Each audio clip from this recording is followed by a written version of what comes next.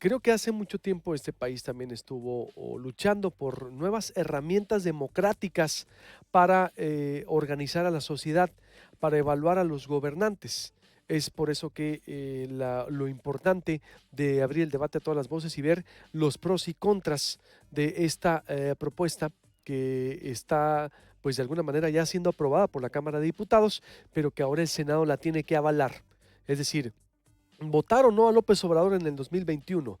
Para sus críticos, como José Antonio Crespo dice, es que les está haciendo un uso electoral, se está aprovechando para lograr una mayoría calificada en el 2021. Pero para otros, también intelectuales, lo ven como una oportunidad de, vaya, insisto, aprovechar herramientas democráticas que este país adolece. Y le doy la bienvenida a Proyecto Puente. Es un honor tener por acá al politólogo de la UNAM y del Colegio de México. También es profesor él de la UNAM, es colaborador de Milenio y El Sur de Guerrero, panelista en diferentes medios de comunicación, y hace mucho lo hemos andado correteando a Gibran Reyes, a Gibran Ramírez Reyes, pues porque él de alguna manera está muy actualizado con todos estos temas que hay a nivel nacional. Y te doy la bienvenida por acá a Hermosillo, Sonora, Proyecto Puente. Gibran, ¿cómo estás? Buenos días. Buenos días, Luis Alberto. Muy contento de estar contigo. Por fin nos pusimos Exacto. de acuerdo. Así es, valió la pena estarte esperando, maestro, pero entiendo que, vaya, es una vorágine en la que vivimos a nivel nacional, tú también te la llevas muy ocupado, pero te insistimos y por fin es, la verdad, pues muy importante para nosotros abrir el debate con voces como la tuya. Ya escuchamos a Crespo, a diputados, y creo que tú tienes una opinión muy, vamos a decirlo, adecuada a lo que estamos viviendo, porque nos quejábamos de que no podíamos evaluar a un presidente a mitad de su mandato o en un periodo, no sé, perentorio de 2 años, 4 años. ¿Tú qué estás viendo con esta discusión nacional sobre revocación de mandato, Gibran? Estoy viendo una especie de esquizofrenia de la oposición, particularmente de la oposición de derecha. Mientras hay una inercia para apurarse a hacer balances, incluso a decretar el fracaso de un gobierno cuando lleva solamente 100 días de gestión, se niegan a que los ciudadanos hagan un balance propio a 3 años sobre los avances del programa de gobierno según ellos mismos los juzgan.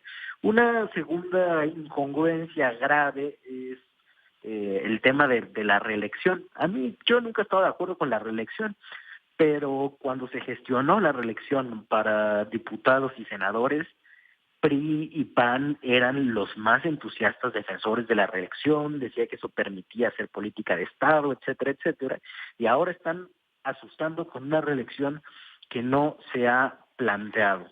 Eh, a mí me parece que como se ha planteado, como se ha aprobado el dictamen en la Cámara de Diputados, es un instrumento perfectamente demócrata liberal, muy similar al que hay en los parlamentarismos, pero adaptado a la forma constitucional del presidencialismo mexicano.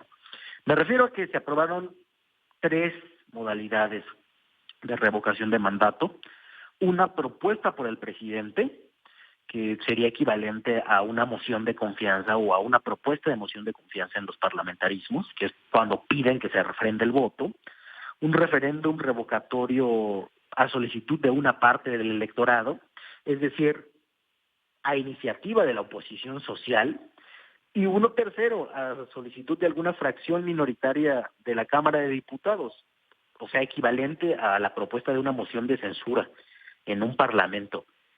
Bueno, y se pone en juego a los 3 años, digamos, al juicio de los ciudadanos, todo el proyecto político en su conjunto.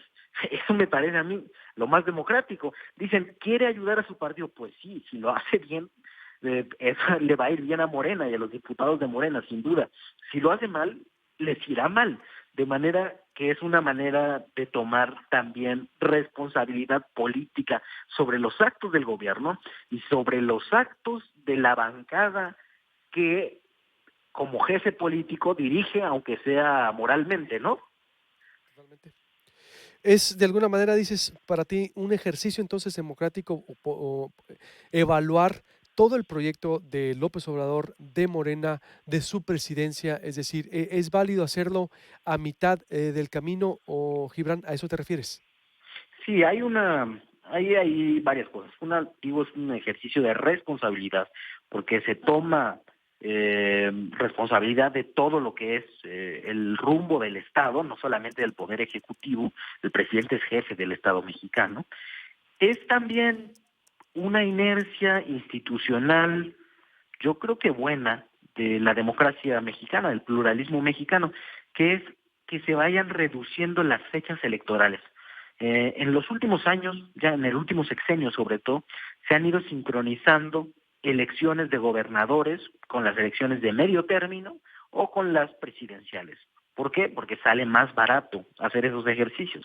Y yo creo que está bien. ¿Afecta por una parte la dinámica política? Sí, porque votar por un gobernador es una figura pues muy atractiva para rechazar o para aprobar, y afecta la votación del partido en su conjunto a nivel local.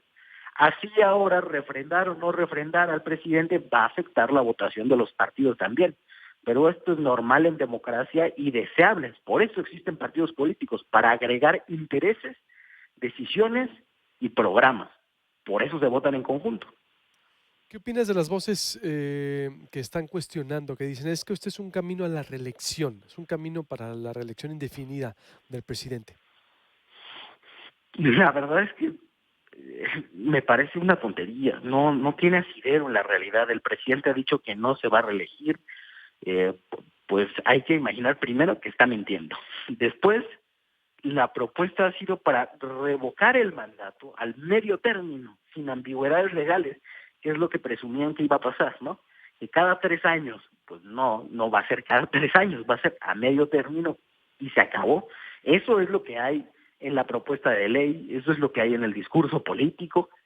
Y si López Obrador quiere transitar a un esquema de reelección, que yo no lo creo, porque toda su carrera política se ha declarado en contra de la reelección, incluso en contra de la reelección de legisladores cuando fue aprobada. Si eso lo hace, tendrá que hacerlo en otra reforma, en otro momento político. Esto no allana el camino a nada más que a ese mecanismo de rendición de cuentas, y yo creo que tenemos que ir paso a paso. Están obsesionados, la verdad.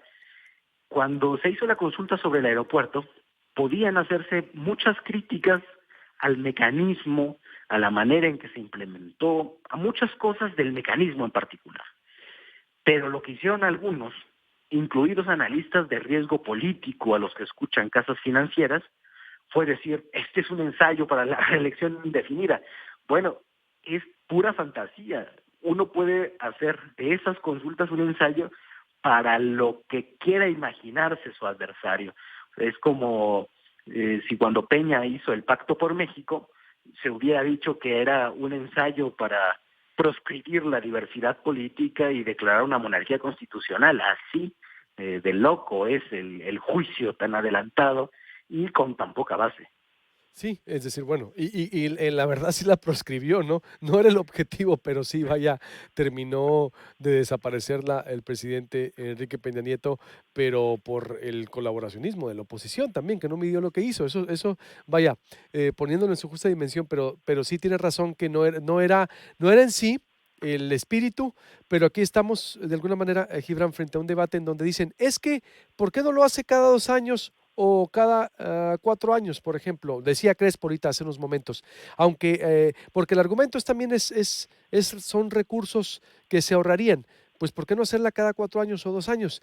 Digo, yo sí estoy de acuerdo en que se debe de ahorrar recursos en una elección intermedia, ¿eh? Sí ahorraría recursos, porque si lo haces a los 2 años, a los 4, pues ahí vamos otra vez todo el país a votar un presidente, pues ¿cuánto nos costaría, no? Por ejemplo. Sí, una es eso, sería caro, estaría desfasado, en segundo lugar, del proceso político mexicano.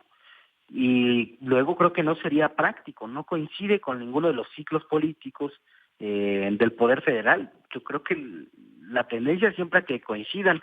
Hay ahí no sé si es una comparación, pero es que es cierto que en algunos parlamentarismos se puede convocar, digamos, sin una fecha definida a las mociones de censura, que serían el equivalente. Pero la costumbre casi siempre es, como por ejemplo ahora lo ha hecho Pedro Sánchez en España, convocar a unas elecciones sin que pase mucho tiempo, justamente para votar el poder público en su conjunto. Bueno, son países relativamente pequeños o comparativamente pequeños, con sistemas electorales menos complicados, adscritos a, por ejemplo, al Ministerio del Interior, ¿no? Como si aquí lo organizara la Secretaría de Gobernación, que cuestan mucho más barato. Pensar eso en el sistema electoral mexicano, con todos los candados, con todo el financiamiento que se implica, etcétera, etcétera, es de verdad logísticamente muy complicado. Además, no veo una razón política para establecer esos términos, salvo el temor, el miedo que no estoy inventando yo, sino que lo dijo Crespo, ayer Marcos Aguilar, María Alemán, no quieren que López Obrador aparezca en la boleta. Esto es increíble porque pues les cae muy mal y no les gusta cómo gobierna. Deberían estar muy contentos de votar a favor del revocatorio. La verdad es que yo no entiendo cuál es el temor. Probablemente no les gusta la democracia y les cuesta trabajo admitirlo. ¿Ves ese fondo? Ese es interesante. Hay un miedo de un sector, dices entonces, intelectual y un sector político también empresarial que se pueda mover para decir que no aparezca López Obrador. Es decir, no lo votemos. El fondo también es eso, la Es esquizofrenia y miedo. eso, sin duda. Hubo durante todo este régimen, yo creo que una paradoja que identificabas muy bien, un pluralismo político, muchos partidos con programas nominalmente diferentes, que sin embargo estaban en lo fundamental siempre de acuerdo. Entonces era un pluralismo en cierta medida autoritario, donde la mayoría de los partidos, por ejemplo los partidos del Pacto por México, tenían entre sus premisas las premisas neoliberales del predominio de lo privado sobre lo público, del mercado sobre el Estado, etcétera, etcétera. Este pluralismo les parecía muy bien, aunque no fuera necesariamente democrático porque no era de mayorías, era de una agregación de minorías que coincidían siempre en lo mismo. Hay una especie de temor a la mayoría y al presidente mayoritario y a que se implemente el programa político que la mayoría ha votado. Y eso es la democracia, un mecanismo mayoritario para poner en escena la soberanía del pueblo. No solamente es un conjunto de leyes electorales que garantizan pluralidad, que también que es en lo que se han concentrado. Pero si la mayoría de la gente decide en un sentido, pues tampoco deberían tenerle temor a eso, sino intentar entender por qué. Y los políticos de oposición intentaron que no sea así, ponerse a trabajar para que los voten a ellos, no tener miedo de que voten a los otros. Yo creo que eso sería una oportunidad, pero no lo están queriendo ver así. Yo creo que están perdiendo tiempo. ¿Qué va a pasar, crees tú? ¿Tú ves riesgo en todo esto, Gibran? Entonces, no ves, tú ves más benéfico, entonces, que a mitad. Sí hay fundamentos democráticos, como dices, teóricos, obvio, comparativos, que darían la razón entonces a que sí se puede aplicar esto. Sin duda alguna. No ves Va riesgos. Ujú. muy, muy de acuerdo con el diseño constitucional del pluralismo mexicano. Eh, no, es que el riesgo es ese, que un sector mayoritario siga gobernando, pero eso es riesgo para los que consideran que la democracia es riesgosa.